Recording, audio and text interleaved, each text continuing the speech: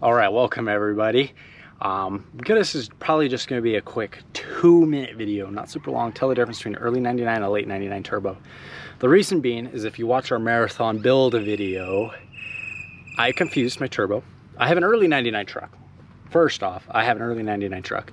One of the ways you can tell is if you come over here, my badge is right there instead of on the door.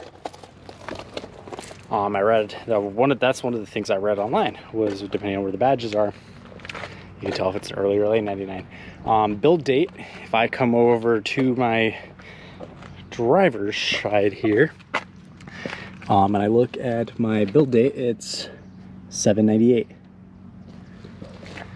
So 798, that's a early 99, but I had a late 99 turbo. And the reason our turbo took so long was because I ordered early 99 up pipes, pedestal, and nothing fit. So I figured out it was a late 99. And one of the things you can tell if yours is an early 99 or late 99 turbo is the housing. If you look at the housing here, I can count 1, 2, 3, 4, 5 bolts. The early 99 only has 4 bolts. So late 99 has 5.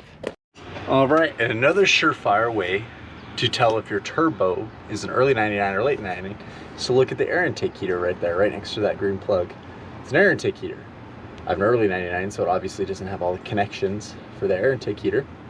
So it just sits there, does nothing, hole's plugged. But those are some ways you can tell if your turbo is an early 99 or late 99. Just in case you get in a situation like I did where you ordered early 99 parts for your late 99 turbo, turns out. But I have an early 99 truck, as you can tell, because I don't have the air intake heater plugged in. A couple other things on here can tell me it's an early 99. But like and subscribe, check it out. We got more helpful videos. Hope you enjoyed this short video. We got more coming. Thank you.